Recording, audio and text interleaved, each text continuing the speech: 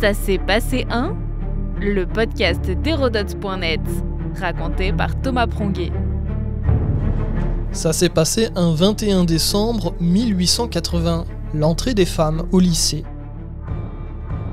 Aujourd'hui banal, l'accès à l'éducation des femmes dans le secondaire est pourtant une révolution à l'époque, un très long processus d'intégration qui va durer près d'un siècle. Depuis 1850, la loi Fallou impose aux communes de plus de 800 habitants d'ouvrir des écoles primaires pour filles.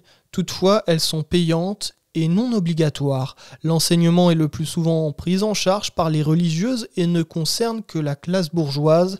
Au programme, cours de tricot et travaux ménagers, un autre temps. 10 ans plus tard, rien n'a changé. Par contre, une étudiante se démarque alors dans le monde des bacheliers. Julie Victoire d'Aubier, c'est la première femme à décrocher son baccalauréat. Elle l'obtient en candidat libre à l'âge de 37 ans et c'est une vraie battante. Pourtant, institutrice, son inscription est plusieurs fois refusée avant d'être validée dans l'Académie de Lyon. Les membres du jury déclareront « Elle est certainement le premier bachelier de sexe féminin qu'ait proclamé l'Université de France ». Une distinction qui fait réagir à l'époque et même grincer des dents certains. Dans les 12 ans qui suivent, il n'y aura seulement que 14 autres bachelières. C'est ainsi qu'en 1880, le député Camille C, ami de Jules Ferry, fait passer une loi qui ouvre aux filles l'accès à un enseignement secondaire public. On est le 21 décembre, l'article 1er de la loi déclare « Il sera fondé par l'État, avec le concours des départements et des communes, des établissements destinés à l'enseignement secondaire des jeunes filles. » Jusque-là, les Françaises qui désiraient prolonger leurs études n'avaient d'autre choix que les établissements confessionnels. Dans les lycées publics qui leur sont ouverts, les cours de religion sont désormais remplacés par des cours de morale.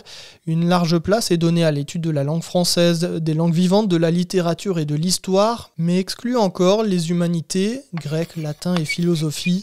L'Église, elle, n'a plus le monopole de la formation des femmes. Notons aussi que malgré cet enseignement, les femmes ne disposent pas d'un baccalauréat à la fin de leurs études, mais d'un diplôme de fin d'études. L'année suivante, en 1881, Camille C fait voter la création de l'École normale supérieure de Sèvres, en vue de former des professeurs féminins pour les lycées justement, car il n'est pas encore question de mixité. La généralisation de la mixité ne se fera que dans les années 50, après la Seconde Guerre mondiale, et de manière officielle, il faudra attendre 1975 pour une loi. Quelques années avant, en 1924, le décret Léon Bérard rend programme scolaire et nombre d'heures d'enseignement enfin identiques pour les deux sexes. C'est aussi grâce à ce décret que les femmes sont diplômées du baccalauréat au même titre que les hommes. Notre podcast historique vous plaît? N'hésitez pas à lui laisser une note et un commentaire ou à en parler autour de vous.